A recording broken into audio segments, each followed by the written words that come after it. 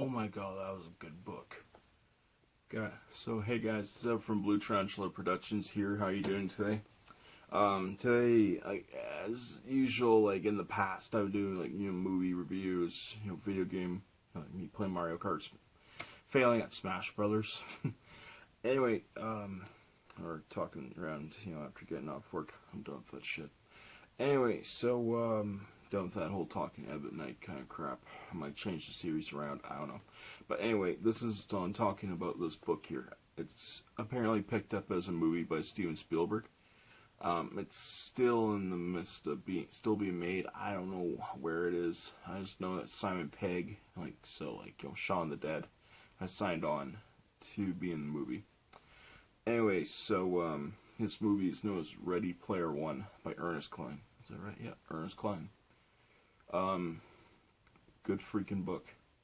That's all I gotta say. If you love Harry Potter, The Matrix, Willy Wonka and the Chocolate Factory, and stuff in the 1980s, like early to late 80s, and Atari and arcades, that kind of stuff, this book is for you.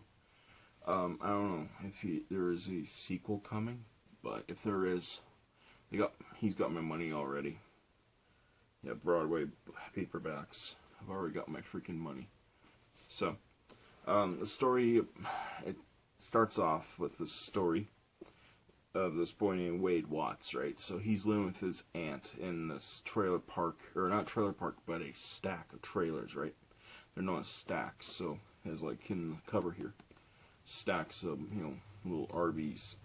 So he's living with his aunt, but he's stuck into the far corner of this RV, right? And it's kind of like Harry Potter in that sense. Because, Harry Potter was living in the corner, but he was living in the the cellar door underneath the stairs. He basically was living in the trash. That's what this character is. I'm oh, Harry Potter. Anyway, so yeah, even says on the back here, delightful, the grown-ups Harry Potter, by the Huffington Post. Yeah, so, anyway, yeah, speaking of the devil, anyway, so, what else did it put out? So anyway, he escapes to this virtual reality. So kind of think like Sword Art Online or Dot Hack. So you put on a VR headset that you're coming out with, and he goes with this console to the side called the Oasis console, and that's also this giant, massive video game. He logs into it, right, and think of like a virtual reality where you're able to play video games. Just think of it like all video games put together in one. Movies, YouTube, Facebook, Twitter, Twitch, any kind of social media or any kind of video game all slapped together in this one little bundle. And also it has teaching programs, anything your schooling programs, everything. It's all the internet as well. So it's all slapped in this little package. Anyway, so what happens is he leaves his aunt's trailer one day, and he goes he logs into the Oasis, right? There's these guys known as the Sixers, which are I want to call them kind of like certain extremists. Kind of think of them as like the Empire of Star Wars. Think of them like that, but they're like this giant industry. Kind of like Emperor Business as well, off the Lego movie. Think of it like that. Anyway, they're run by this asshole. His name. I lost his name. But anyway, so what happens is, it's this Oasis game. Millions of people logged into it, right? So they've done it so much that basically the human economy has gone. So people have either lost their houses or it's just everything, as basically hasn't really gone right because people logged on to this game. No, it's not a game, it's a damn book. But anyway, logged into this online game. So I'm like, oh, kind of like how it is now with, online gaming. As much as I love online gaming. Anyway, so what happens is, because of this, humans just log into Oasis and they just leave their worries behind. So, they're sucked into this virtual world. So, But the creator of this game, named Holiday, I don't know who's going to play him in the movie. Be interesting. Simon Pegg. That would actually be pretty funny. Dress him up as an old guy. He apparently was, he loved the 1980s so much that he put a lot of the references in this game as the 1980s, right? So he created the Oasis, but he added in 3 secrets known as the Easter eggs, and I'll tell a joke about Easter eggs in a moment. One of my coworkers, one of my jobs. Anyway, so back to the story. So he creates these Easter eggs, right? So it's like you have to do a certain 3 accomplishments to get these Easter eggs. Whoever can get all 3 Easter eggs basically becomes his rightful heir, because he doesn't have any family members or relatives or anything. So doesn't even have kids. Well, you imagine he's a massive gamer, so he's also a genius and many other things all in one. He also said that he might suffer from a bit of Asperger's, which I said before in another video. I think it's the dumbest name for a symptom.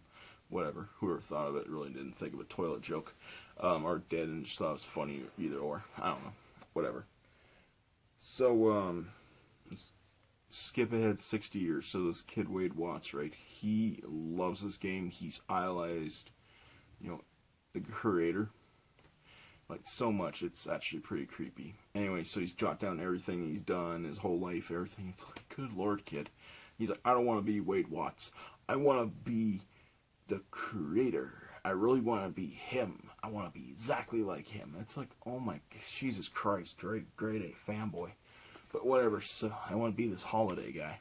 Or Halliday. Anyway, British guy. Yeah, whatever. So, I don't know, let's make a joke out of it. Whatever. So he goes into the game, right, and he solves his first puzzle. So kind of thing like Willy Wonka and the Chocolate Factory, everybody's looking for that golden ticket to get into Willy Wonka's Chocolate Factory. But instead, it's to find these Easter eggs. So, for this mass fortune. But like I said, it's in 60 years in the future, and many, many people are trying looking for this Easter egg, and it's like one massive riddle to answer this clue where the hell the eggs are. So, he uncovers the first one by putting different references in the 1980s together. And another thing, like, seriously, this book has so much detail, and it's insane. I'll just go through the brim. So he finds the first egg, meets this girl named Artemis, with a 3 for E, so it's Artemis, or Artemis. I'm like, sick. Anyway, there's this other boy named Ek. I'm like, who names their avatar Ek? So it's like E-A-E-C-H, Ek. Like, Ek. Anyway, so whatever. Sounds like a guy woofing. Anyway, Ek. Anyway, whatever. So the 3 of them compete against each other to find his eggs. Eventually, now I remember the bad guy's name, Sorrento. Wade encounters this asshole named Sorrento, who's in charge of the IOI Corporation. It looks like 101, but it's IOI, aka these guys that all the main players of the Oasis know as Gunters. I forgot to mention this. They're called Gunters. They refer the bad guys as Sixers. I'm like, why just call them the Nazi party while you're at it? But anyway, so everybody's looking for these eggs. Eventually, everybody finds eggs. But anyway, what happens is Sorrento, he and his men actually find out where Wade and his buddies live, and of course he blackmails Wade after trying to talk with him. Like, why don't you come work with me? We can work together. I'll give you a decent salary. Wade's like, gives him the bird in a way, in a sense. So Sorrento blows up his aunt's complex, and so Wade has to move, right? So he moves to, I can't remember where he moves to. He moves to his big fancy apartment. He's able to get in there, moves in, gets out back on the Oasis, collects the second egg. Then he gets arrested, brought into, IOI program. He basically is branded and shit. So, yeah, like I said, they're technically Nazis. Anyway, so they like his skills, right? So they, they're like, you got a certain set of skills. It's actually pretty good. we're gonna put you in this program. He's like, okay. So he basically becomes their customer service representative, or one of them. It's actually pretty funny. So I'm gonna read you this part here in this book. So he's dealing with this customer called Hotcock. So it's like, the first caller's avatar appeared in front of me in my support chat room. His name and stats also appeared floating in the air above him. He had the outstandingly clever name of Hotcock 007. I could see that it was going to be another fabulous day. Hotcock 007 was a bulking, bald barbarian with a studded black leather armor and lots of demon tattoos covering his arms and face. He was holding a gigantic bastard sword, nearly twice as long as Avatar's body. Good morning, Mr. Hotcock 007. Thank you for calling. Yeah, I droned. Thank you for calling technical support. I'm rep number 338645. How may I help you this evening? The customer courtesy software filtered my voice, altering its tone and inflection to ensure that I always sounded cheerful and upbeat. Oh, yeah. Hotcock 007 began. I just bought this badass sword, and now I can't even use it. Can't even attack. Nothing with it. What the hell's wrong with this piece of shit? Is it broke? Sir, the only problem is that you're a complete fucking moron, I said. I heard a familiar warning buzzer and a message flashed on my display. Courtesy violation flags. Fucking moron. Last response muted. Violation logged. So basically what he does is he just pisses off this player. And he wants to do it so he can get into the mainframe, screw the bad guys. So he can... I don't know, you have to read itself. He eventually does get the third egg, but some crazy shit happens along the way. That's all I'm going to say. I'm not going to spoil the end. It's awesome. Other than the third egg. But there's other shit added in. It gets insane. So other than that, good movie. There are two problems with the book, though. This is my only two problems.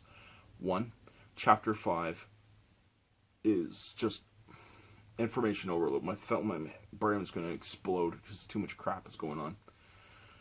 I had again take an Advil. Like literally, I felt my head's going to rupture. Like boom, it's like I just drool at the mouth and just straight up collapse, hit the ground dead. But anyway, so like a blood vessel's going to pop in my head. The second problem, one of the later chapters, I think it's chapter 25 or 27, or something like that. It's a little before this. It's a chapter before the part I just read you. It's so depressing. I actually got pissed off. Literally, like, other than, helping customers at my gas station job and reading this book, I actually was about ready to say, will you guys just sit down for a moment? This is when I yell at the customers. Will you just sit down for a moment so I can read this damn book? I'm almost done it. I'm almost done this damn chapter. Would you mind? I keep coming in. That's just pissing me off. I'm about ready to take the book and just, across the face, but whatever. So I did get past that chapter. Second chapter made me a little bit happy because a little foul language, calling this one guy a freaking idiot.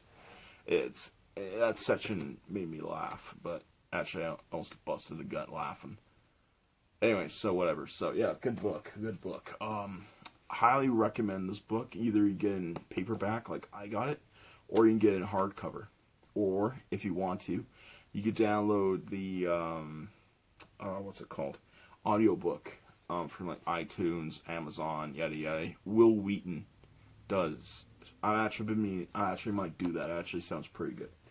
But anyway, you guys, if I had to give this book an overall rating, like I'm looking at a clock here, I gotta go get my pizza, which is up the road, straight Papa John's.